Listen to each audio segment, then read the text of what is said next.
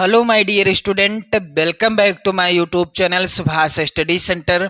तो जितने भी मेरे प्यारे बच्चे कक्षा 10 में हैं और 2025 की बोर्ड परीक्षा में 70 में 70 का स्कोर करना चाहते हैं हिंदी विषय के पेपर में, आप सभी के लिए मैं लेकर के आ चुका हूं हिंदी विषय का मॉडल पेपर, जिसको मैं पूरा सॉल्व कराऊंगा, एक एक प्रश्न का उत्तर बताऊंगा। तो जितने भी मेरे प्यारे बच्चे कक्षा 10 में हैं, 70 में 70 का स्कोर करना चाहते हैं, मेरी 100% की गारंटी है मेरे प्यारे बच्चों, इस मॉडल पेपर से आपकी बोर्ड परीक्षा में प्रश्न जरूर आएंगे। तो चलिए मेरे प्यारे बच्चों, यहाँ आप सभी लोग ध्यान देंगे। 801 एचएफ कोड का मॉडल पेपर है। समय आपको बोर्ड परीक्षा में 3 घंटे 15 मिनट का मिलेगा और पेपर का पूर्णांक रहेगा मेरे प्यारे बच्चों 70 नंबर का। यहाँ पर कुछ निर्देश दिए हैं जिनका पालन करना बिल्कुल अनिवार्य रहेगा। जैसे कि पहला नोट के अंतर्गत है, प्रारंभ के 15 मिनट परीक्षार्थियों को प्रश्न पत्र पढ़ने के लिए निर्धारित हैं। 15 मिनट पहले आपको पेपर मिलेगा, किस लिए? पढ़ने के लिए। यानी मेरे प्यारे बच्चों, स्पष्ट रूप से मैं आपको बता दूं, 3 घंटे 15 मिनट का जो समय मिलेगा आपको बोर्ड एग्जाम में, उसमें से 15 मिनट आपको पेपर पढ़ने के लिए मिलेंगे और 3 घंटे का समय आपके पास रहेगा पेपर को हल करने के लिए। और आगे यहाँ पर ध्यान देंगे आप लोग, सभी प्रश्न करना अनिवार्य है और प्रत्येक प्रश्न करने से पहले जो भी निर्देश दिए गए हैं उनका पालन भी करना है। यह प्रश्न पत्र 2 खंडों में, खंड आ तथा खंड बा में विभक्त है। खंड आ में 1 अंक के बहुविकल्पी प्रश्न हैं जिनके सही उत्तर OMR उत्तर पत्रक पर नीले अथवा काले बाल पॉइंट कलम से सही विकल्प वाले गोले को पूर्ण रूप से काला कर चिन्हित करना है। खंड आ के अंतर्गत 1 नंबर के 20 बहुविकल्पी प्रश्न हैं और इन प्रश्नों का उत्तर आपको OMR शीट में भरना है। नीले पेन से या भरें या फिर आप काले पेन से भरें। काले पेन से भरते हैं तो बड़ी अच्छी बात रहेगी, क्योंकि यहाँ पर लिखा है पूर्ण रूप से काला करें, काला कर चिन्हित करें। तो काले पेन से आप भरिएगा, बाल पॉइंट वाला कलम होना चाहिए आपके पास और 20 नंबर आपको मिल जाएंगे यदि आप इन 20 प्रश्नों का उत्तर सही सही OMR शीट में भरते हैं। तो आगे यहाँ पर अगला है नोट, खंड आ के प्रत्येक प्रश्न का उत्तर या प्रत्येक प्रश्न का निर्देश पढ़कर ही केवल प्रदत्त OMR उत्तर पत्रक पर ही उत्तर देना है और OMR उत्तर पत्रक पर उत्तर देने के पश्चात उसे नहीं काटें तथा इरेजर अथवा व्हाइटनर आदि का भी प्रयोग ना करें। एक बार आपने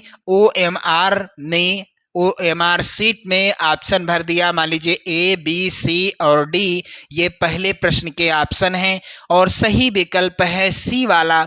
आपने गलती से A वाला गोला काला कर दिया है, तो अब आप ना तो इसको काट सकते हैं, आपने A वाले गोले को काला किया है तो अब ना तो आप इसे इस तरह से काट सकते हैं, ना इरेजर से साफ कर सकते हैं, ना ही व्हाइटनर का प्रयोग करना है। कुछ नहीं करना है, जो हो गया सो हो गया। इसलिए मेरे प्यारे बच्चों, आप सावधानी से गोले भरिएगा। बोर्ड परीक्षा में जब तक कंफर्म ना हो जाए तब तक आप OMR शीट में आंसर मत भरिएगा और ये नहीं कि आप एक ही प्रश्न के पीछे पड़े रहो, क्योंकि मेरे प्यारे बच्चों आगे यहाँ पर निर्देश है, प्रश्न के अंक उसके सम्मुख अंकित हैं, कौन सा प्रश्न कितने नंबर का है इसका भी वर्णन किया गया है। खंड बा में 50 अंक के वर्णनात्मक प्रश्न दिए गए हैं। खंड बा जो रहेगा 50 नंबर का होगा, वर्णनात्मक प्रश्न होंगे। इनके उत्तर आपको अपनी बोर्ड एग्जाम की कॉपी पर लिखना होगा। मेरे प्यारे बच्चों, खंड बा में सभी प्रश्नों के उत्तर एक साथ ही आपको करना है। प्रथम प्रश्न से आरंभ कीजिए, प्रथम प्रश्न से आरंभ कीजिए तथा अंतिम प्रश्न तक करते जाइए। जो प्रश्न ना आता हो उस पर आपको समय नष्ट नहीं करना है। प्रश्न संख्या 1 से शुरुआत करना है और अंतिम प्रश्न तक करते जाना है। जिस प्रश्न का उत्तर आपको नहीं पता है तो ये नहीं कि आप उसको लेकर बैठे रहें, ऐसा नहीं करना, जो आ रहा है उसको करते जाइए। अब बारी आती है खंड आ यानी बहुविकल्पी प्रश्नों की। 20 नंबर के प्रश्न हैं। इन सभी प्रश्नों को आप लोग तैयार कर लेना मेरे प्यारे बच्चों, वेरी इंपॉर्टेंट प्रश्न हैं।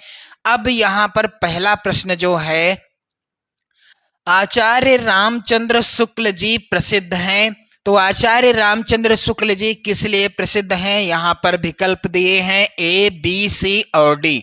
तो ए विकल्प है उपन्यास लेखन के लिए, बी है कहानी लेखन के लिए, सी विकल्प नाटक लेखन के लिए और डी आलोचना साहित्य के लिए। तो आचार्य रामचंद्र शुक्ल जी आलोचना साहित्य के लिए प्रसिद्ध हैं। मेरे प्यारे बच्चों, इनकी प्रसिद्ध रचना का नाम भी आप लोग याद कर लीजिएगा, चिंतामणि। चिंतामणि किसकी रचना है? आचार्य रामचंद्र शुक्ल जी की रचना है। और चिंतामणि मेरे प्यारे बच्चों किस विधा पर आधारित रचना है? तो यह निबंध विधा पर आधारित रचना है।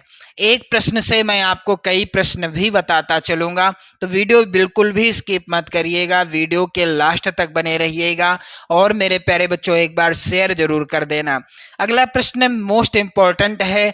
यहाँ पर कह रहा है कि गोदान उपन्यास के लेखक कौन हैं? तो इसका उत्तर क्या होगा? मुंशी प्रेमचंद। मैं आपको बता देना चाहता हूं कि यहाँ पर गबन, गोदान, सेवा सदन, गबन, गोदान, सेवा सदन ये प्रमुख उपन्यास हैं जो कि मुंशी प्रेमचंद जी के प्रसिद्ध उपन्यास हैं। निर्मला, रंगभूमि, कर्मभूमि ये भी मुंशी प्रेमचंद जी के उपन्यास हैं।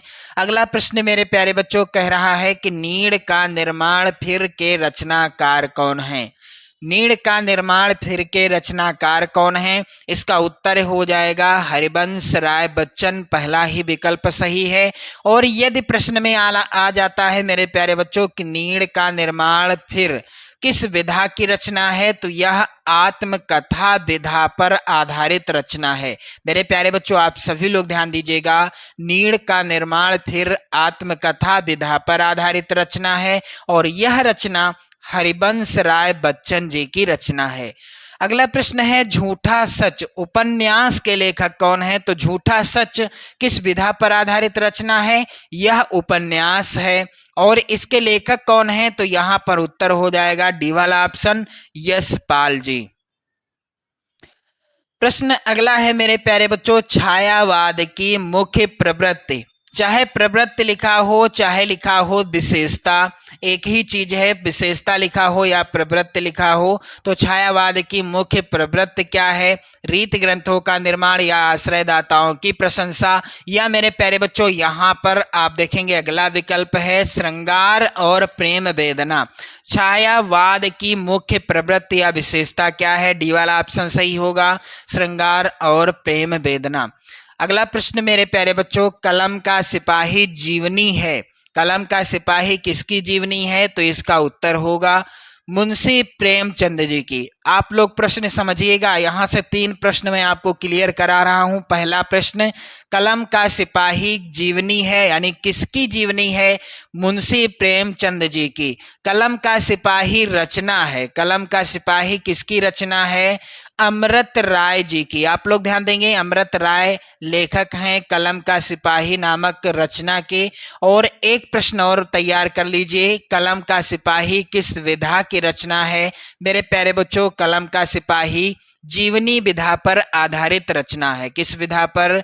जीवनी विधा पर आधारित रचना है। तो यह कलम का सिपाही जीवनी विधा पर आधारित रचना है।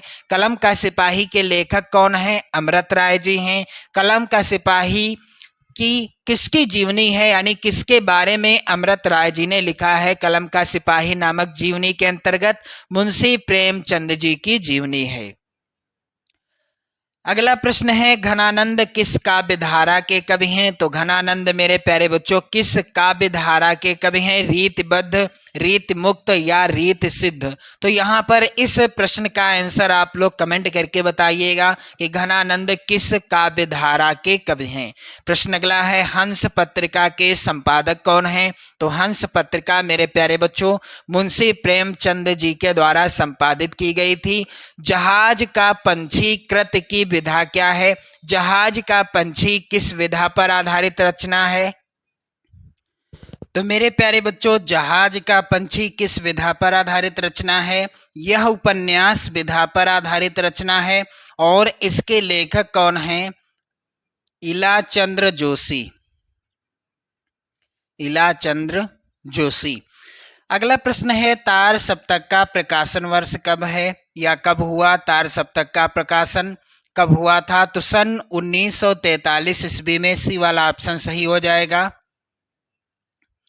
तार सप्तक का प्रकाशन हुआ था। किया किसने था यदि प्रश्न आ जाए तो सच्चिदानंद हीरानंद वात्स्यायन अज्ञे जी ने तार सप्तक का प्रकाशन सन 1943 ईस्वी में किया था। अगला प्रश्न है, निर्वेद अस्थाई भाव है। निर्वेद किस रस का स्थायी भाव है मेरे प्यारे बच्चों? यहाँ पर करुण रस का स्थायी भाव क्या होगा? शोक हो जाएगा।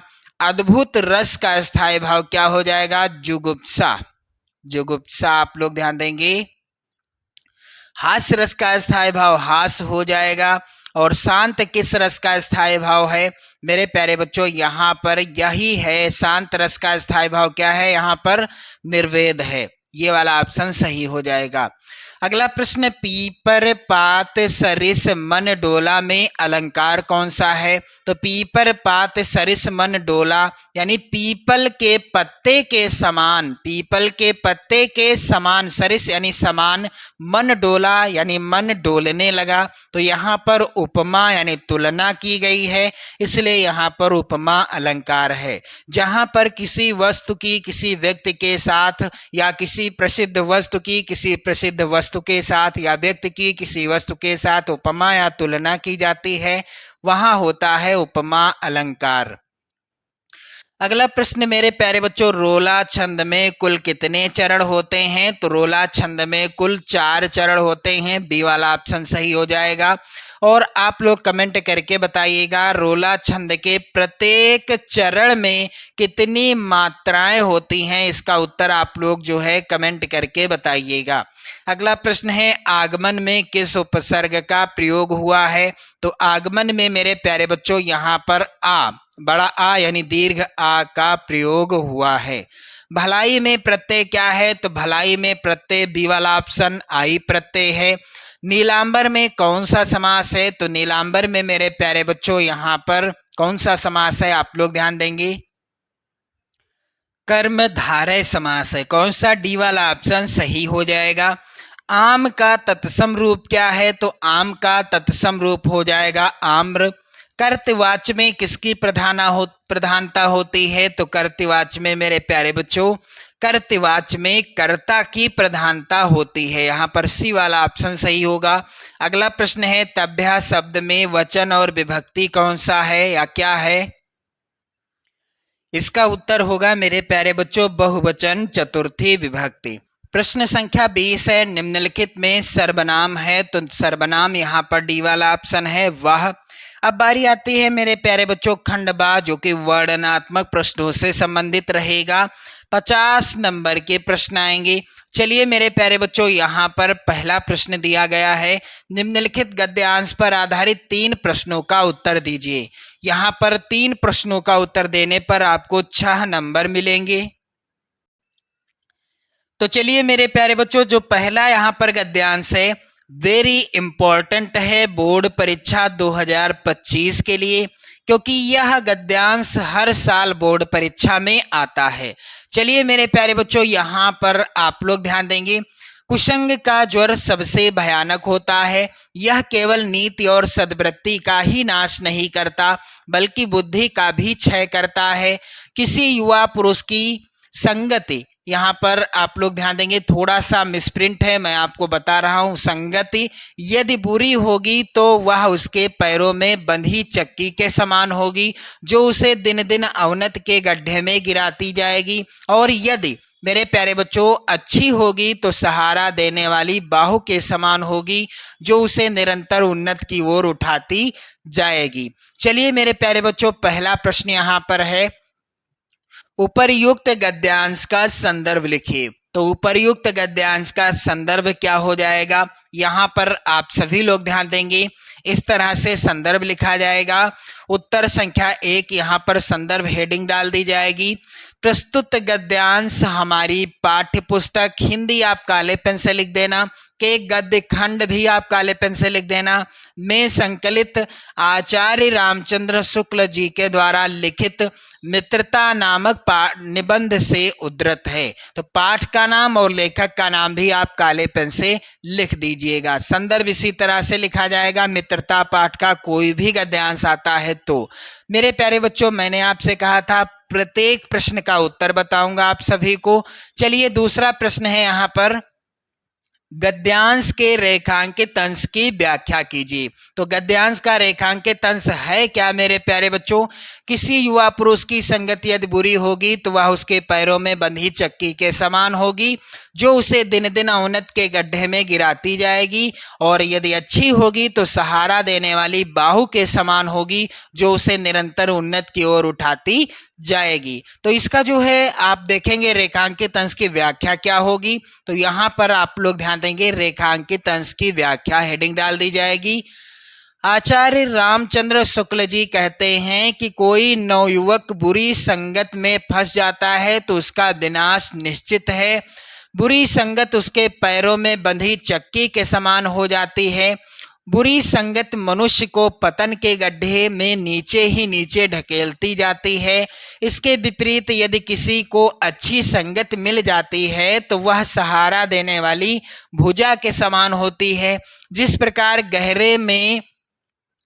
गहरे गड्ढे में गिरा मनुष्य मजबूत हाथ का सहारा पाकर गड्ढे से बाहर निकल आता है, उसी प्रकार सत्संगति पाकर पतन के गड्ढे में गिरा मनुष्य उन्नत की ओर बढ़ता चला जाता है। मेरे प्यारे बच्चों, तीसरा प्रश्न है, उपर्युक्त गद्यांश में सत्संगत की क्या विशेषता बताई गई है? तो इसका उत्तर आप लोग ध्यान देंगे कि अच्छी संगत सहारा देने वाली बाहु के समान होती है, जो व्यक्ति की जीवन रक्षक और उसे उन्नत की ओर ले जाने वाली होती है। अथवा में जो गद्यांश है यह भी वेरी इंपॉर्टेंट है। मेरे प्यारे बच्चों, आप सभी ध्यान देंगे, यहाँ पर रोहतास दुर्ग के प्रकोष्ठ में बैठी हुई युवती ममता सोन के तीक्ष्ण गंभीर प्रवाह को देख रही है। अब इस गद्यांश का पहला प्रश्न आप ध्यान देंगे, उपर्युक्त गद्यांश का संदर्भ लिखिए। तो मेरे प्यारे बच्चों, हालांकि आपको किसी एक गद्यांश के नीचे दिए गए 3 प्रश्नों का ही उत्तर देना है, लेकिन मैं आपको दोनों गद्यांश सॉल्व करके बता रहा हूं। तो यहाँ पर क्या हो जाएगा इसका उत्तर? यहाँ पर पहला जो है संदर्भ लिखना है, तो संदर्भ क्या होगा इस तरह से आप सभी लोग ध्यान देंगे। प्रस्तुत गद्यांश हमारी पाठ्य पुस्तक हिंदी आप काले पेन से लिखें के गद्य खंड और में संकलित जयशंकर प्रसाद जी, यानी लेखक का नाम भी आपको काले पेन से ही लिखना है, जी के द्वारा लिखित ममता नामक कहानी से उद्धृत है। पाठ का नाम क्या है? ममता। अब चलिए बारी आती है यहाँ पर दूसरे प्रश्न की। दूसरा प्रश्न है, गद्यांश के रेखांकित अंश की व्याख्या कीजिए। तो यहाँ पर रेखांकित अंश है क्या? हिंदू विधवा संसार में सबसे तुच्छ निराशय प्राणी है, तब उसकी विडंबना का अंत कहाँ था? इसकी व्याख्या क्या हो जाएगी? रेखांकित अंश की व्याख्या यहाँ पर आप सभी लोग ध्यान देंगे। जयशंकर प्रसाद जी कहते हैं कि हिंदू विधवा, यानी हिंदू विधवा, यदि हिंदू स्त्री है और वह विधवा हो गई तो संसार की सबसे तुच्छ और बेसहारा प्राणी मानी जाती है। संसार में उससे अधिक असहाय और अनाथ कोई जीव नहीं होता। ममता इसी प्रकार की एक बाल विधवा थी और इस कारण उसकी दुख भरी कल्पनाओं का कहीं अंत न था। अब यहाँ पर मेरे प्यारे बच्चों अगला प्रश्न है, गद्यांश के आधार पर संसार में सबसे तुच्छ निराशय प्राणी कौन है? तो इस तरह का जो प्रश्न आता है इसका उत्तर गद्यांश में ही मिल जाता है यदि आपने गद्यांश अच्छे से पढ़ा है। तो यहाँ पर स्पष्ट उत्तर लिखा है, हिंदू विधवा संसार में सबसे तुच्छ निराश्रय प्राणी है। अब इसको लिखा कैसे जाएगा? गद्यांश के आधार पर संसार में सबसे तुच्छ निराश्रय प्राणी कौन है? हिंदू विधवा है। मेरे प्यारे बच्चों, यहाँ पर अगला प्रश्न है, निम्नलिखित में से किसी एक पद्यांश पर आधारित सभी प्रश्नों का उत्तर दीजिए। तो पद्यांश क्या है आप देख लें। प्रश्न आया है 6 नंबर का, 2 पद्यांश हैं, दोनों पद्यांशों के नीचे 3 प्रश्न हैं। पहला पद्यांश है, सुनि सुंदर बैन सुधारस साने सयानी है जानकी जानी भली। तिरछे करि नयन दैसैन तिन्ह समुझाए कछु मुस्काए चली। तुलसी तेहि अवसर सोहै सबे अवलोकति लोचन लाहु अली। अनुराग तड़ाग में भानु उदय दिगसी मनु मंजुल कंजे कली। पहला है प्रश्न, उपर्युक्त पद्यांश का संदर्भ लिखिए। तो क्या हो जाएगा संदर्भ मेरे प्यारे बच्चों? प्रस्तुत पद्यांश में यहाँ पर आप सभी लोग ध्यान देंगे, जिस भी पद्यांश को आप सॉल्व करिएगा उसके शुरुआत के और अंतिम के शब्दों को काले पेन से लिखिएगा, जैसा कि आप यहाँ पर देख पा रहे होंगे। फिर संदर्भ हेडिंग डाली जाएगी। यह पद्यांश हमारी पाठ्य पुस्तक हिंदी काले पेन से लिखेंगे के काव्यखंड में संकलित पाठ का नाम क्या है? वन पथ पर शीर्षक पाठ से उद्धृत है, जिसके रचनाकार कौन हैं? तुलसीदास जी हैं। तो मेरे प्यारे बच्चों ये हो गया संदर्भ। अब प्रसंग भी लिखना है आपको किसी भी पद्यांश का, जो भी पद्यांश आप हल करोगे। प्रस्तुत पद्यांश में ग्राम बालाओं ने सीता जी से उनके पति के विषय में जानकारी करनी चाहिए। इस पर सीता जी ने उन्हें सब कुछ बता दिया। क्या बता दिया? तो यहाँ पर आप सभी लोग ध्यान दीजिएगा, जो रेखांकित अंश है उसी की व्याख्या करनी है। सुनि सुंदर बैन सुधारस साने सयानी है जानकी जानी भली। तिरछे करि नयन दैसैन तिन्ह समुझाए कछु मुस्काए चली। मेरे प्यारे बच्चों, गोस्वामी तुलसीदास जी कहते हैं कि गांव की स्त्रियों की यह अमृतमयी वाणी सुनकर जानकी समझ गई कि ये स्त्रियां बहुत चतुर हैं। अतः उन्होंने मर्यादा का पालन करते हुए संकेतों के द्वारा उन्हें बता दिया। अपने नेत्र तिरछे करके इशारा करके कुछ समझाकर सीता जी मुस्कुराती हुई आगे बढ़ गई। तुलसीदास जी कहते हैं कि उस अवसर पर वह स्त्रियां उनके दर्शन को स्वयं का लाभ मानकर राम की ओर टकटकी लगाए हुए देखती हुई ऐसी शोभा पा रही थी मानो सूर्योदय होने पर प्रेम के तालाब में सुंदर कमल कलियां उठी हों। मेरे प्यारे बच्चों, यहाँ पर पूरे पद्यांश की मैंने व्याख्या आपको बता दी है, पूरे पद्यांश की व्याख्या बता दी है। अब यहाँ पर अगला प्रश्न आप लोग यहाँ पर ध्यान दीजिएगा। अनुराग तड़ाग तथा मनुमंजुल कंज अली में कौन सा अलंकार है? तो यहाँ पर उत्तर क्या हो जाएगा? अनुराग तड़ाग तथा मनुमंजुल कंज कली में कौन सा अलंकार है? यहाँ पर आप लोग इसका आंसर कमेंट करके बताइएगा। अगला प्रश्न मेरे प्यारे बच्चों यहाँ पर है, अथवा में भी पद्यांश है। सच्चा प्रेम वही है जिसकी तृप्ति आत्म बलि पर हो निर्भर। त्याग बिना निष्प्राण प्रेम है, करो प्रेम पर प्राण निछावर। देश प्रेम वह पुण्य क्षेत्र है, अमल असीम त्याग से विलसित। मेरे प्यारे बच्चों, पहला प्रश्न है, प्रस्तुत पद्यांश का संदर्भ लिखिए। अब इसका जो है उत्तर आपको कैसे लिखना है? तो मेरे प्यारे बच्चों, यहाँ पर उत्तर क्या हो जाएगा? सबसे पहले तो पद्यांश के शुरुआत के और अंतिम के शब्दों को लिखना है। शुरुआत के शब्द हैं सच्चा प्रेम वही है, और अंतिम के शब्द क्या है? त्याग से विलसित। अब यहाँ पर संदर्भ क्या हो जाएगा? प्रस्तुत काव्य पंक्तियां हमारी पाठ्य पुस्तक हिंदी के काव्य खंड में संकलित तथा राम नरेश त्रिपाठी, लेखक जी का नाम आप काले पेन से लिखिएगा, यानी लेखक यानी रचनाकार का नाम काले पेन से लिखना है, के द्वारा रचित स्वदेश प्रेम शीर्षक कविता से उद्धृत है। मेरे प्यारे बच्चों, ये हो गया संदर्भ। अब बारी आती है प्रसंग की। तो प्रसंग क्या हो जाएगा?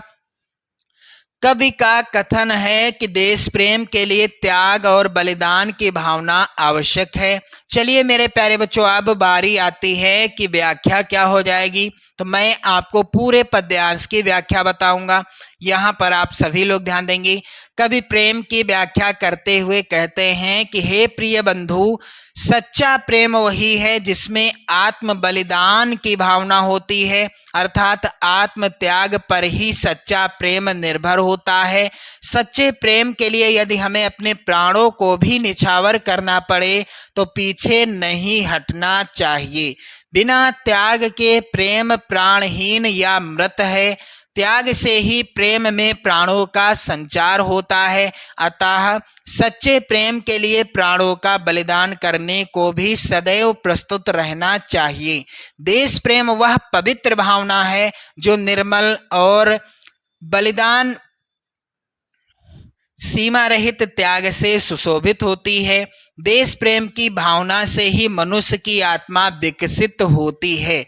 मेरे प्यारे बच्चों, यहाँ पर अगला प्रश्न आप लोग ध्यान देंगे, महाराणा प्रताप किसके विरुद्ध युद्ध कर रहे थे? तो ये थोड़ा सा मिसप्रिंट हो गया है प्रश्न। यहाँ पर प्रश्न होना चाहिए था कि प्रेम कैसा, यानी किसके बिना प्रेम निष्प्राण होता है, किसके बिना। आप लोग ध्यान देंगे, मैं यहाँ पर प्रश्न लिख रहा हूं, किसके बिना प्रेम निष्प्राण होता है, निष्प्राण होता है। तो मेरे प्यारे बच्चों, इसका उत्तर क्या हो जाएगा? बिना त्याग के प्रेम जो है क्या होता है? निष्प्राण यानी प्राणहीन होता है।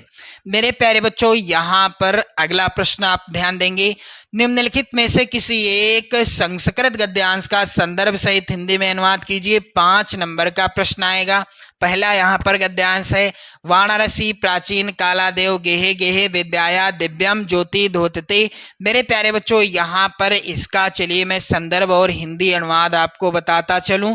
तो यहाँ पर आप लोग ध्यान दीजिएगा, सबसे पहले आप गद्यांश के शुरुआत के शब्दों को लिखिएगा और इसके बाद अंतिम के शब्दों को लिखिएगा। फिर संदर्भ क्या होगा?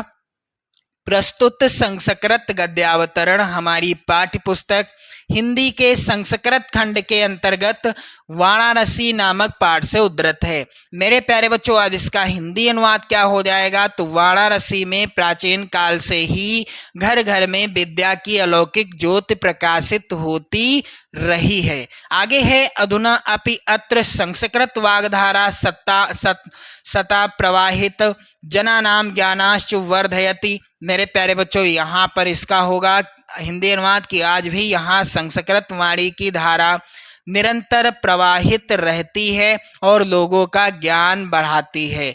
आगे है मेरे प्यारे बच्चों, अत्र अनेके आचार्य मूर्धन्या विद्वांसा वैदिक वांग्मय से अध्ययने आगच्छन्ति निःशुल्कम चा विद्यायाम ग्रहणन्ति। मेरे प्यारे बच्चों, यहाँ आप लोग ध्यान देंगे कि यहाँ पर अनेक आचार्य उच्च कोट के विद्वान वैदिक साहित्य के अध्ययन और अध्यापन में इस समय भी लगे हुए हैं। केवल भारतवासी ही नहीं अपितु विदेशी भी संस्कृत भाषा के अध्ययन के लिए यहाँ आते हैं और निःशुल्क विद्या ग्रहण करते हैं। यहाँ पर हिंदू विश्वविद्यालय, संस्कृत विश्वविद्यालय, काशी विद्यापीठ, ये 3 विश्वविद्यालय हैं जिनमें नवीन और प्राचीन ज्ञान विज्ञान के विषयों का अध्ययन चलता रहता है। अथवा में भी यहाँ पर गद्यांश है मेरे प्यारे बच्चों, काफी ज्यादा इंपॉर्टेंट है। अस्माकं संस्कृति सदा गतिशीला वर्तते। तो चलिए मेरे प्यारे बच्चों, इसका संदर्भ क्या हो जाएगा? सबसे पहले गद्यांश के शुरुआत के और अंतिम के शब्दों को लिख लिया जाएगा। फिर संदर्भ क्या होगा? प्रस्तुत संस्कृत गद्यांश हमारी पाठ्य पुस्तक हिंदी आप काले पेन से लिखें, संस्कृत खंड भी काले पेन से लिखें, के अंतर्गत भारतीय संस्कृति नामक पाठ से उद्धृत है। चलिए इसका हिंदी अनुवाद आप लोग ध्यान देंगे, हमारी संस्कृति सदा गतिशील है। मानव जीवन को संस्कारित करने के लिए यह समय समय पर नई नई विचारधाराओं को स्वीकार करती है और नई शक्ति प्राप्त करती है। यहाँ हठ नहीं है, जो उचित और कल्याणकारी है वह यहाँ हर्षपूर्वक स्वीकार होता है। इसकी गतिशीलता का रहस्य मानव जीवन के सदा रहने वाले आदर्शों जैसे कि प्रतिष्ठा, सभी प्राणियों में समभाव, विचारों में उदारता और आचरण में दृढ़ता में निहित है। मेरे प्यारे बच्चों, यहाँ पर अगला प्रश्न, दिए गए संस्कृत पद्यांश में से किसी एक का संदर्भ सहित हिंदी में अनुवाद कीजिए। 5 नंबर का प्रश्न है। पहला यहाँ पर जो श्लोक है वेरी इंपॉर्टेंट है मेरे प्यारे बच्चों, बंधनम मरणम वापि जयो वापि पराजय उभयत्र समो वीरः वीर भाव ही वीरता। तो इसका चलिए हिंदी अनुवाद क्या होगा? सबसे पहले हमको क्या करना है, जिस भी पद्यांश को सॉल्व करेंगे उसके शुरुआत के और अंतिम के शब्दों को काले पेन से लिखिएगा। संदर्भ क्या होगा यहाँ पर? प्रस्तुत श्लोक हमारी पाठ्य पुस्तक हिंदी के संस्कृत खंड के अंतर्गत वीरः वीरेण पूज्यते नामक पाठ से उद्धृत है। तो इसका हिंदी अनुवाद क्या होगा? बंधनम मरणम वापि जायो वापि पराजयः उभयत्र समो वीरः वीर भावो ही वीरता। अर्थात बंधन हो अथवा मरण हो, जीत हो या हार हो, दोनों ही अवस्थाओं में वीर समान रहता है और वीर भाव को ही क्या कहते हैं? वीरता कहते हैं। अथवा में पद्यांश है मेरे प्यारे बच्चों, सार्थः प्रवस्तो मित्रम भार्या मित्रम गृहे सता आतुरस्य भिष्कव मित्रम दानम मित्रम मारिष्यति। मेरे प्यारे बच्चों, इसका भी हिंदी अनुवाद आप लोग ध्यान देंगे। तो सबसे पहले संदर्भ लिखने से पहले आप श्लोक के शुरुआत के और अंतिम के शब्दों को काले पेन से लिखें। फिर इसके बाद संदर्भ क्या हो जाएगा? प्रस्तुत श्लोक। यहाँ पर आप सभी लोग ध्यान देंगे, प्रस्तुत श्लोक हमारी पाठ्य पुस्तक हिंदी आप काले पेन से लिखें के संस्कृत खंड के अंतर्गत जीवन सूत्राणि, पाठ का नाम क्या है? जीवन सूत्राणि नामक पाठ से उद्धृत है। हिंदी अनुवाद क्या होगा? धन परदेश में रहने वाले का मित्र है। जो परदेश में रहता है उसका मित्र कौन होता है? धन यानी पैसा। पत्नी घर में रहने वाले की मित्र है। जो घर में रहता है उसकी सच्ची मित्र कौन है? सच्चा मित्र कौन है? उसकी पत्नी है। वैद्य रोगी का मित्र है, यानी वैद्य जो होता है यानी डॉक्टर किसका मित्र होता है? रोगी का मित्र होता है। और दान करने वाले का मित्र कौन होता है? दान जो होता है वह होता है मरने वाले का मित्र। जो मर रहा है व्यक्ति उसका मित्र होता है दान। मेरे प्यारे बच्चों, अगला प्रश्न यहाँ पर आप सभी लोग ध्यान देंगे। प्रश्न संख्या 5, अपने पठित खंड काव्य के आधार पर निम्नलिखित प्रश्नों में से किसी एक का उत्तर दीजिए। 3 नंबर का प्रश्न होगा और प्रत्येक खंड काव्य के 2 प्रश्न आएंगे। जो भी खंड काव्य आपके जिले के लिए निर्धारित है उसमें से किसी एक यानी 2 प्रश्न आएंगे, किसी एक प्रश्न का उत्तर देंगे आप और 3 नंबर आपको मिल जाएंगे। यहाँ पर आप स्क्रीनशॉट ले सकते हैं। प्रत्येक खंड काव्य से 2-2 प्रश्न आए हुए हैं। तो आप लोग कमेंट करके जरूर बताइएगा कि आप किस जिले से हैं और आपके जिले के लिए कौन सा खंड काव्य निर्धारित है। मेरे प्यारे बच्चों, अगला प्रश्न यहाँ पर प्रश्न संख्या 6 का है। कह रहा है कि दिए गए लेखकों में से किसी एक लेखक का जीवन परिचय लिखते हुए उनकी प्रमुख रचना का उल्लेख कीजिए। यहाँ पर 5 नंबर का प्रश्न है और मैं आपको बताऊंगा ये जो तीनों जीवन परिचय हैं वेरी इंपॉर्टेंट हैं। आप इन तीनों जीवन परिचयों को तैयार कर लेना 2025 की बोर्ड परीक्षा के लिए। तो चलिए मेरे प्यारे बच्चों, यहाँ पर पहला जीवन परिचय जयशंकर प्रसाद जी का है। मैं आपको इन्हीं का जीवन परिचय बताऊंगा। मेरे प्यारे बच्चों, यहाँ पर आप सभी लोग ध्यान देंगे, जयशंकर प्रसाद जी का बिल्कुल आसान जीवन परिचय। लिखने का सही तरीका क्या है यहाँ भी आप ध्यान दीजिएगा। जयशंकर प्रसाद, जिस भी लेखक का आप जीवन परिचय लिखो सबसे पहले उनका नाम पहले नंबर पर है, पहला नंबर यहाँ पर डाला गया। जन्म कब हुआ? जन्म 30 जनवरी सन 1889 ईस्वी को हुआ। जन्म स्थान क्या था? काशी में जन्म हुआ जयशंकर प्रसाद जी का। इनके पिताजी का क्या नाम था? श्री देवी प्रसाद जी। और इनकी शिक्षा कहाँ तक हुई? कक्षा 8 तक पढ़े थे। इनकी प्रमुख रचनाएं कौन कौन सी हैं? अजातशत्रु, चंद्रगुप्त होगा, विशाख, ध्रुव स्वामी, कामना, कंकाल, तितली आदि। इनकी मृत्यु कब हो गई? 15 नवंबर 1937 को। तो ये महत्वपूर्ण बिंदु हैं, इनको आपको जरूर लिख देना है। इनका जीवन परिचय क्या हो जाएगा? चलिए मेरे प्यारे बच्चों, बाबू जयशंकर प्रसाद जी का जन्म काशी के एक प्रतिष्ठित वैश्य परिवार में 30 जनवरी 1889 ईस्वी, आप काले पेन से लिखिएगा, को हुआ था। इनके पिता श्री देवी प्रसाद सुघनी साहू के नाम से प्रख्यात थे। पिताजी का नाम क्या था? श्री देवी प्रसाद, जो कि सुघनी साहू के नाम से जाने जाते थे। तो ये आप काले पेन से लिखिएगा। उनकी दानशीलता और उदारता के कारण उनके यहाँ विद्वानों और कलाकारों का बराबर समादर हुआ करता था। इनके पिताजी इतने दानशील और उदार थे कि इनके यहाँ बराबर विद्वान और कलाकार आते जाते रहते थे। उनका समादर यानी सम्मान हुआ करता था। इनकी शिक्षा का प्रारंभ घर पर ही हुआ। प्रसाद जी की शिक्षा का प्रारंभ कहाँ से हुआ? इनके घर पर से ही हुआ। संस्कृत, फारसी, उर्दू और हिंदी की शिक्षा इन्होंने घर पर ही स्वाध्याय से प्राप्त की। कुछ समय के लिए स्थानीय क्वींस कॉलेज में नाम लिखाया गया, किंतु वहां कक्षा 8 से ऊपर ये नहीं पढ़ सके। 12 वर्ष की अल्पायु में, मेरे प्यारे बच्चों एक बार शेयर कर देना है वीडियो को। 12 वर्ष की अल्पायु में उनके पिता का देहांत हो गया। यानी जब जयशंकर प्रसाद जी की आयु केवल 12 वर्ष की थी तभी इनके पिता का देहांत हो गया। इनका अधिकांश जीवन काशी में बीता। यहाँ पर काशी होगा, थोड़ा सा मिसप्रिंट है मेरे प्यारे बच्चों, मैं आपको बता रहा हूँ जहाँ पर मिसप्रिंट है आप लोग मैनेज कर लेना। काशी में बीता। जीवन में 3-4 यात्राएं करने का अवसर भी मिला जयशंकर प्रसाद जी को, जिसकी छाया इनकी कुछ रचनाओं में प्रतिभासित होती है। यक्ष्मा यानी टीबी का पहले कोई इलाज नहीं था। आज भी टीबी का सही इलाज न करने पर व्यक्ति की मृत्यु हो ही जाती है। तो यक्ष्मा अर्थात टीबी के कारण जयशंकर प्रसाद जी का देहांत 15 नवंबर 1937 ईस्वी को हो गया। अब इनकी प्रमुख रचना का नाम लिखना है तो चंद्रगुप्त इनकी प्रमुख रचना है। कोई भी रचना आप लिख सकते हो। यहाँ पर मेरे प्यारे बच्चों आप लोग ध्यान दीजिएगा, अगला प्रश्न है, आप सभी लोग ध्यान देंगे। अगला प्रश्न क्या है मेरे प्यारे बच्चों? कह रहा है कि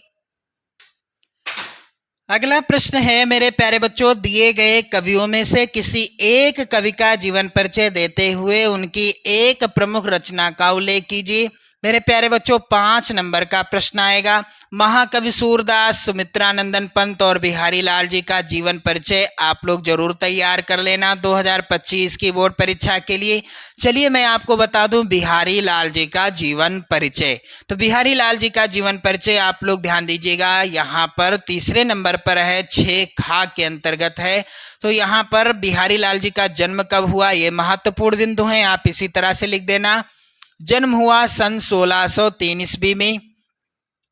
इनके पिता का नाम था पंडित केशव राय चौबे और इनकी प्रमुख रचना बिहारी सतसई, जिसमें मेरे प्यारे बच्चों 719 दोहे हैं और इसी एकमात्र रचना के द्वारा ही बिहारी लाल जी रीतिकाल के प्रसिद्ध कवि माने जाते हैं। तो यहाँ पर जीवन परिचय क्या हो जाएगा आप लोग ध्यान देंगे मेरे प्यारे बच्चों। रीतिकाल के महान कलाकार महाकवि बिहारी लाल का जन्म सन 1603 ईस्वी में, यहाँ पर आप लोग ध्यान दीजिएगा, काले पेन से लिख देना, जन्म सन 1603 ईस्वी ग्वालियर के निकट बसुआ गोविंदपुर, आप काले पेन से लिखें, नामक गांव में हुआ था। ये मथुरा के चौबे थे। इनके पिता का नाम केशव राय था। 8 वर्ष की अल्पायु में इनके पिता इन्हें अपने साथ ओरछा बुंदेलखंड ले गए। इनके गुरु का क्या नाम था? कविवर बिहारी लाल जी के गुरु का नाम आचार्य केशवदास था। बिहारी का बचपन ओरछा में बीता। युवावस्था में ये अपनी ससुराल मथुरा जाकर रहने लगे थे, किंतु ससुराल में उचित सम्मान न मिलने के कारण ये वहां से कन्नौज के राजा मिर्जा जयसिंह के दरबार में चले गए। वहां इन्हें पर्याप्त सम्मान मिला। कहते हैं कि उस समय राजा अपनी छोटी रानी के प्रेम पास में फंसे हुए थे। वह राजकाज की सब चिंता छोड़कर हर समय अपने महल में पड़े रहते थे। तब बिहारी लाल जी ने राजा के पास एक दोहा लिखकर भेजा और वह दोहा क्या था? नहीं पराग नहीं मधुर मधु नहीं विकास एहि काल, अली कली ही सौ विंध्यो आगे कौन हवाल। मेरे प्यारे बच्चों आगे आप लोग ध्यान देंगे, इस एक ही दोहे ने राजा की आंखें खोल दी। वह ठीक से राज्य की देखभाल करने लगे। दरबारी जीवन में बिहारी को बहुत सम्मान मिला। कहा जाता है कि राजा जयसिंह बिहारी को प्रत्येक दोहे की रचना पर एक स्वर्ण मुद्रा अर्थात असरफी पुरस्कार देते थे। सन 1663 ईस्वी में इस महाकवि का परलोक वास हो गया। तो मेरे प्यारे बच्चों बिल्कुल आसान है इनका जीवन परिचय। अगला प्रश्न है मेरे प्यारे बच्चों, अपनी पाठ्य पुस्तक में से कंठस्थ कोई एक श्लोक लिखिए जो इस प्रश्न पत्र में ना आया हो। तो मेरे प्यारे बच्चों यहाँ पर आप ध्यान दीजिएगा, जो प्रश्न संख्या 4 है और 4 में जो श्लोक पूछे गए हैं वो आपको नहीं लिखना है। यानी यहाँ पर आप सभी लोग ध्यान दीजिएगा, जो प्रश्न संख्या 4 में श्लोक आते हैं उनको आपको नहीं लिख देना है, उसके अतिरिक्त आपको लिखना है। तो चलिए यहाँ पर आप लोग ध्यान दीजिएगा। आपको मैंने एक चीज नहीं बताई, बिहारी लाल जी की रचना, तो बिहारी लाल जी की एकमात्र रचना है बिहारी सतसई। अब मेरे प्यारे बच्चों यहाँ पर श्लोक क्या है, सर्वे भवन्तु सुखिनः सर्वे सन्तु निरामया सर्वे भद्राणि पश्यन्तु माँ कश्चिद दुख भाग भवेत। अगला प्रश्न है यहाँ पर, निम्नलिखित प्रश्नों में से किन्हीं 2 प्रश्नों का उत्तर संस्कृत में दीजिए। मेरे प्यारे बच्चों यहाँ पर आप लोग ध्यान दीजिएगा, गृहे सता मित्रम किम, तो इसका उत्तर क्या होगा, भार्या मित्रम गृहे सता। दूसरा प्रश्न है, वेरी इंपॉर्टेंट हैं ये सभी प्रश्न, आप लोग जरूर तैयार कर लेना, 2025 की बोर्ड परीक्षा के लिए सबसे ज्यादा महत्वपूर्ण प्रश्न है। अगला प्रश्न है, चंद्रशेखरः कः आसीत्, तो मेरे प्यारे बच्चों चंद्रशेखरः एकः प्रसिद्धः क्रांतिकारी युवकः आसीत्। अगला प्रश्न है यहाँ पर मेरे प्यारे बच्चों, पहेलिकाया उत्तरम किम अवदत्, यानी यहाँ पर इसका उत्तर क्या होगा आप लोग कमेंट करके बताना। वाराणसी केशाम संगम स्थली अस्ति, तो यहाँ पर उत्तर क्या होगा, यहाँ पर आप सभी लोग ध्यान दीजिएगा, वाराणसी भारतीय संस्कृत भाषायाश्च केंद्रम स्थलम अस्ति। अगला है यहाँ पर प्रश्न, निम्नलिखित में से किसी एक विषय पर निबंध लिखिए, 7 नंबर का प्रश्न आएगा। और मेरे प्यारे बच्चों यहाँ पर आपको किसी एक विषय पर निबंध लिखना है, तो मैं आपको बताऊंगा स्वदेश प्रेम जो है यह हर साल बोर्ड परीक्षा में आता है। स्वदेश प्रेम या देश प्रेम पर निबंध आपको कैसे लिखना है, चलिए मेरे प्यारे बच्चों यहाँ पर आप सभी लोग ध्यान दीजिएगा, स्वदेश प्रेम पर निबंध। तो सबसे पहले हेडिंग डाली जाएगी रूपरेखा, इसके अंतर्गत प्रस्तावना, स्वदेश प्रेम का तात्पर्य, स्वदेश प्रेम का वास्तविक स्वरूप, स्वदेश प्रेम के कुछ उदाहरण और उपसंहार। तो मेरे प्यारे बच्चों प्रस्तावना के अंतर्गत क्या लिखा जाएगा, माता और जन्मभूमि की गरिमा स्वर्ग से भी बढ़कर है, जिस धरती की गोद में हमारे शरीर का पालन पोषण हुआ है उसके प्रति लगाव होना स्वाभाविक ही है। अपने देश के कल्याण के लिए अपना सब कुछ निछावर करने में जो सुख मिलता है वह और कहीं नहीं मिलता। सच्चा सुख तो इस मनुष्य को मिलता है, उस मनुष्य को, यहाँ पर होगा उस मनुष्य को मिलता है जिसके हृदय में देश प्रेम का सागर लहराया करता है। दूसरी हेडिंग है मेरे प्यारे बच्चों, स्वदेश प्रेम का तात्पर्य। स्वदेश प्रेम का क्या तात्पर्य है, तो स्वदेश प्रेम से तात्पर्य देश के लिए मर मिटना ही नहीं बल्कि अपनी सेवाओं द्वारा देश की आर्थिक, सामाजिक, सांस्कृतिक आदि विभिन्न पक्षों का विकास करना भी है। ऐसा प्रत्येक कार्य जिससे स्वदेश का हित होता है स्वदेश प्रेम का प्रतीक है। जो व्यक्ति जिस पद पर है यदि वह वहां पर देश के हित में काम करे तो देश उन्नति भी करेगा। मेरे प्यारे बच्चों यहाँ पर तीसरी हेडिंग है स्वदेश प्रेम का वास्तविक स्वरूप। तो इसके अंतर्गत क्या लिखा जाएगा, स्वदेश प्रेम हमें अपने देश को आगे बढ़ाने तथा दूसरे देशों से अपनी रक्षा करने के लिए ढाल का काम करता है। वह हमें त्याग एवं बलिदान का पाठ पढ़ाता है, मानवीय हितों की ओर सोचने को बाध्य करता है, देश की सुरक्षा के साथ वहाँ की सामाजिक एवं सांस्कृतिक सुरक्षा की ओर भी ध्यान दिलाता है। मेरे प्यारे बच्चों स्वदेश प्रेम के कुछ उदाहरण अगली हेडिंग है। तो सीमा पर सैनिकों का शहीद होना स्वदेश प्रेम का उदाहरण है। खेतों में काम करते हुए देश की खाद्यान्न व्यवस्था को उच्च बनाए रखना किसानों का स्वदेश प्रेम है। अपने देश की आज़ादी को बरकरार रखने में मदद करना स्वदेश प्रेम है। एक साहित्यकार द्वारा अपनी रचनाओं से लोगों में साहस भरना भी स्वदेश प्रेम का उदाहरण है। सभी लोगों के कार्य क्षेत्र भिन्न भिन्न अवश्य हैं लेकिन उद्देश्य सबका एक ही है। मेरे प्यारे बच्चों उपसंहार क्या हो जाएगा, आज हमारा देश स्वतंत्र है, साड़ियों की गुलामी, यहाँ पर थोड़ा सा मिसप्रिंट है मेरे प्यारे बच्चों, सदियों होगा, सॉरी, आप लोग ध्यान देंगे, मैं आपसे क्षमा प्रार्थी हूँ इसके लिए। सदियों की गुलामी के पश्चात हमें स्वतंत्रता मिली है। इस स्वतंत्रता से हमारा उत्तरदायित्व भी बढ़ जाता है। हमें इस स्वतंत्रता को केवल अक्षुण्ण ही नहीं रखना, बल्कि आने वाली पीढ़ियों के लिए इस स्वतंत्रता को सुख और समृद्धि का स्रोत बनाना है। यह तभी संभव हो सकता है जबकि देश के प्रत्येक नागरिक में स्वदेश प्रेम की भावना भरी जाए, जो जिस क्षेत्र में हो, जिस कार्य में लगा हो, अपने व्यक्तिगत स्वार्थ की सीमा से ऊपर उठकर देश हित चिंतन में लग जाए, तो देश का सर्वोत्तोन्मुखी विकास होते देर नहीं लगेगी। यह तभी संभव है जब हम देश प्रेम के महत्व को स्वीकार करें। तो मेरे प्यारे बच्चों, स्वदेश प्रेम पर निबंध इसी तरह से लिखिएगा। अब अगला प्रश्न है यहाँ पर प्रश्न संख्या 10। अपनी विशेष रुचियों का उल्लेख करते हुए अपने मित्र को एक पत्र लिखिए। 4 नंबर का प्रश्न आएगा। अथवा में प्रश्न है मेरे प्यारे बच्चों, बिजली समस्या के निराकरण हेतु अपने जिले के बिजली विभाग को एक शिकायती पत्र लिखिए। तो मेरे प्यारे बच्चों, जो भी बच्चे कक्षा 10 में हैं, यदि आप इस वीडियो को देख रहे हैं तो पूरे पेपर का सॉल्यूशन मैंने बता दिया है, एक एक प्रश्न को हल किया है। आपसे 2-3 प्रश्न मैंने कमेंट करके उनका उत्तर पूछा है, कहा है कि कमेंट करके बताइएगा, तो आप लोग बता देना। चलिए मैं आपको बताऊंगा बिजली समस्या के निराकरण हेतु अपने जिले के बिजली विभाग को एक शिकायती पत्र कैसे लिखना है। सबसे पहले आप लिखिएगा सेवा में बिजली विभाग मेरठ। मेरे प्यारे बच्चों, विषय क्या रहेगा? बिजली की अनियमित आपूर्ति। मान्यवर आपको लिखना आगे क्या है? हम जैन नगर कॉलोनी के निवासी आपका ध्यान बिजली समस्या की ओर आकर्षित कराना चाहते हैं। पानी तथा अन्य कार्यों के लिए बिजली की सर्वाधिक आवश्यकता ग्रीष्म काल में, यहाँ पर काल होगा, ग्रीष्म काल में ही होती है, यानी बिजली की सबसे ज्यादा आवश्यकता कब होती है? गर्मी में होती है।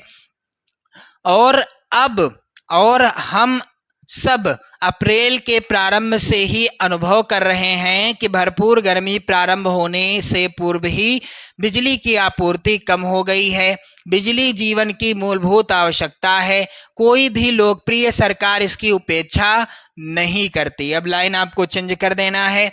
हमारी कॉलोनी में बिजली आपूर्ति प्रारंभ और बाद बंद होने का कोई समय भी निर्धारित नहीं है। कब बिजली आती है, कब चली जाती है, इसका कोई समय निर्धारित नहीं है। हमारी कॉलोनी से एक प्रतिनिधि मंडल इस संबंध में बिजली आपूर्ति अधिकारी से भी मिला था और उन्होंने 1 सप्ताह में बिजली आपूर्ति बढ़ाने का वचन दिया था। खेद है कि आज 3 सप्ताह व्यतीत हो जाने पर भी कोई कार्यवाही इस संबंध में नहीं हुई है। इस स्थिति में आपसे हमारा निवेदन है कि कृपया हमारी समस्या की ओर ध्यान दें और इसका शीघ्र समाधान कराएं। यदि बिजली आपूर्ति तुरंत बढ़ाना संभव नहीं हो तो कम से कम शीघ्र कार्यवाही की आशा में, यानी कम से कम उसका समय तो निर्धारित किया जा सकता है, शीघ्र कार्यवाही की आशा में। इसके बाद हम हैं आपके जैन नगर निवासी। यहाँ पर जैसे कि यहाँ पर नाम लिख दिया गया, मान लीजिए अंकुल लिखा है या कुछ भी आप लिख सकते हैं। इसके बाद दिनांक यहाँ पर डाल देना है। तो ये रहा पूरे पेपर का सॉल्यूशन। मेरे प्यारे बच्चों, आप लोग वीडियो को ज़्यादा से ज़्यादा बच्चों तक शेयर कर दें, पहुँचा दें उन सभी प्यारे बच्चों के पास जो 2025 की बोर्ड परीक्षा की धुआंधार तैयारी कर रहे हैं। और इसी तरह के मैं कई मॉडल पेपर, हिंदी विषय के, सामाजिक विज्ञान विषय के और गृह विज्ञान विषय के कई मॉडल पेपर आपको प्रोवाइड कराऊंगा और 100% की गारंटी लूंगा कि जहां से प्रश्न आपकी बोर्ड परीक्षा में जरूर आएंगे। तो वीडियो को शेयर कर दें, लाइक कर दें। चैनल पर यदि आप पहली बार आए हैं तो चैनल को सब्सक्राइब भी कर दें। जय हिंद।